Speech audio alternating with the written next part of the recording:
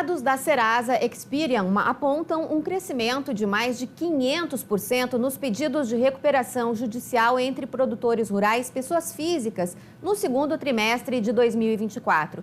Questões climáticas, altas nos custos de produção e outros fatores econômicos desafiadores têm motivado esse crescimento de pedidos de recuperação judicial no agronegócio.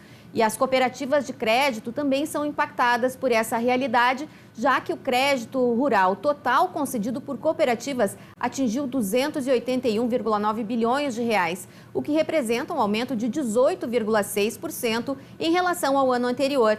Para entender como reduzir os riscos potenciais para as cooperativas e também como o produtor pode continuar tendo crédito disponível, vamos conversar com o Daniel de Souza, advogado especializado em cooperativas de crédito. Tudo bem, Daniel?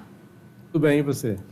Tudo bem. Bom, antes da gente explicar essa questão das cooperativas, queria que você explicasse um pouco o que são as recuperações judiciais e por que elas têm preocupado tanto no agronegócio. Na realidade, recuperação judicial é como se fosse uma moratória.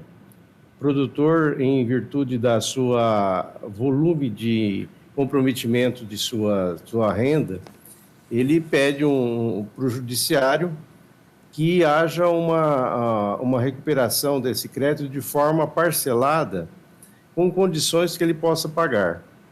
Então, hoje as recuperações judiciais elas permitem que o recuperando consiga postergar o pagamento de suas dívidas com um abatimento substancial, fazendo assim com que consiga recuperar a sua situação no mercado.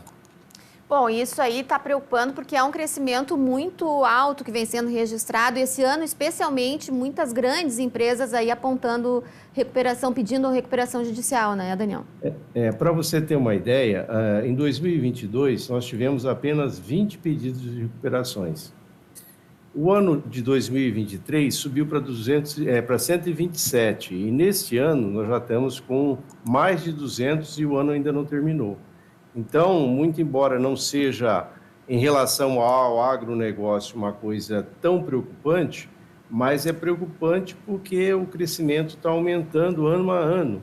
Isso em função da situação climática, que vem mudando com grande frequência, preço de commodities e principalmente os juros, né? Hoje no Brasil, os juros praticados inviabilizam o produtor rural.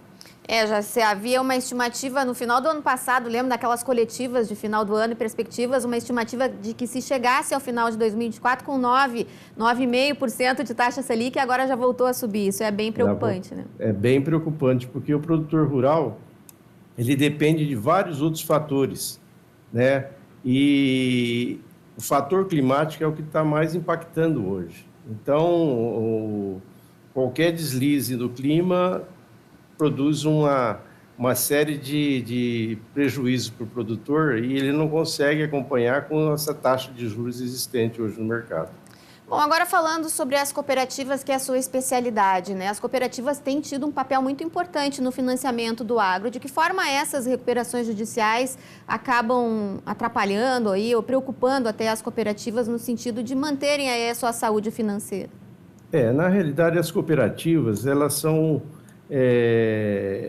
apesar de serem incluídas no mercado financeiro como instituição financeira, ela tem uma diferencial das outras instituições financeiras, né? Por exemplo, um banco hoje que é impactado por uma recuperação judicial, ele simplesmente coloca aquilo no balanço e absorve a dívida toda.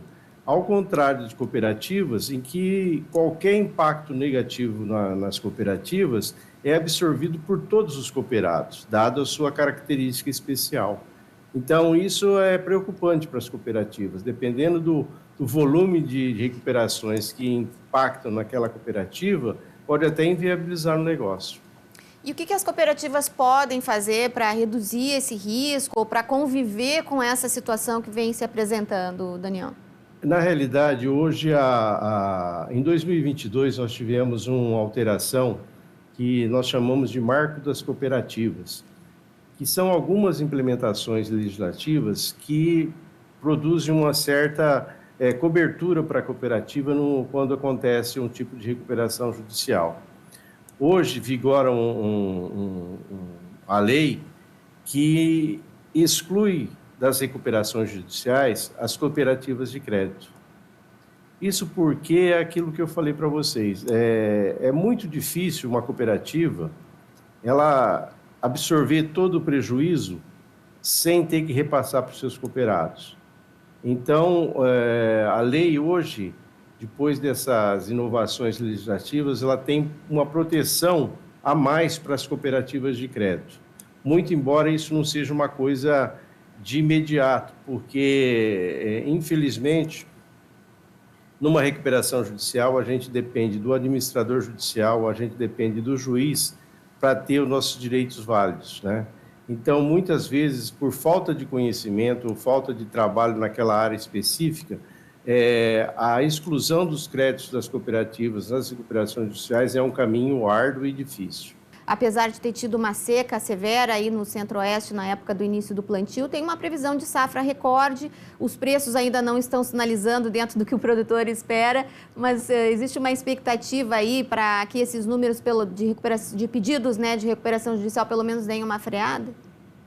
O crescimento que nós tivemos nos 2, 3 últimos anos, eles se devem principalmente à questão das commodities, preço de commodities, né, que nós tivemos alguns altos e baixos, e principalmente o fator climático.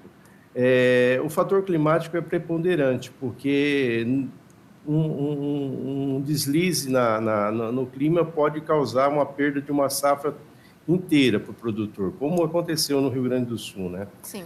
Então,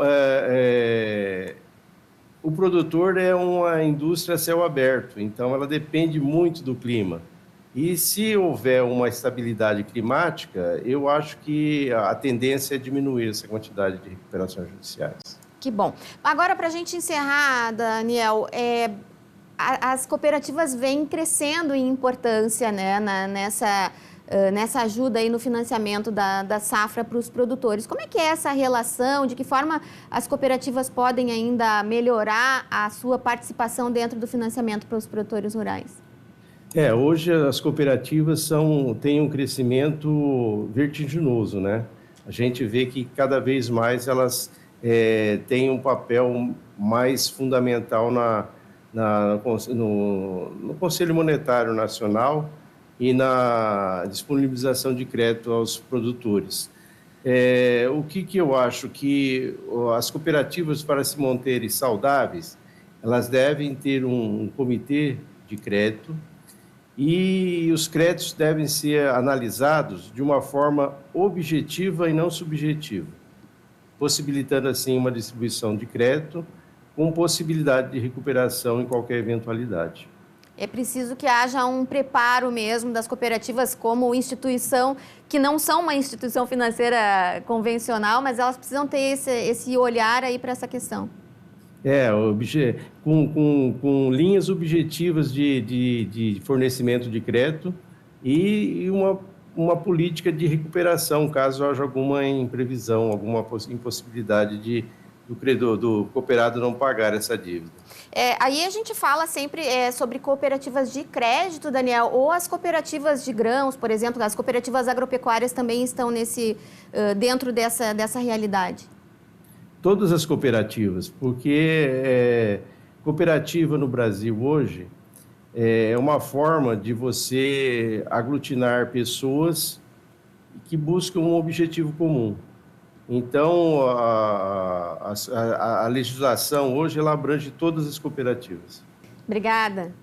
A Granja na TV faz um rápido intervalo e no próximo bloco vamos conversar com o nosso advogado especialista em direito agrário, Francisco Torma, sobre a decisão do STF que validou a compensação de reserva legal entre imóveis do mesmo bioma no quadro Direito no Campo. E no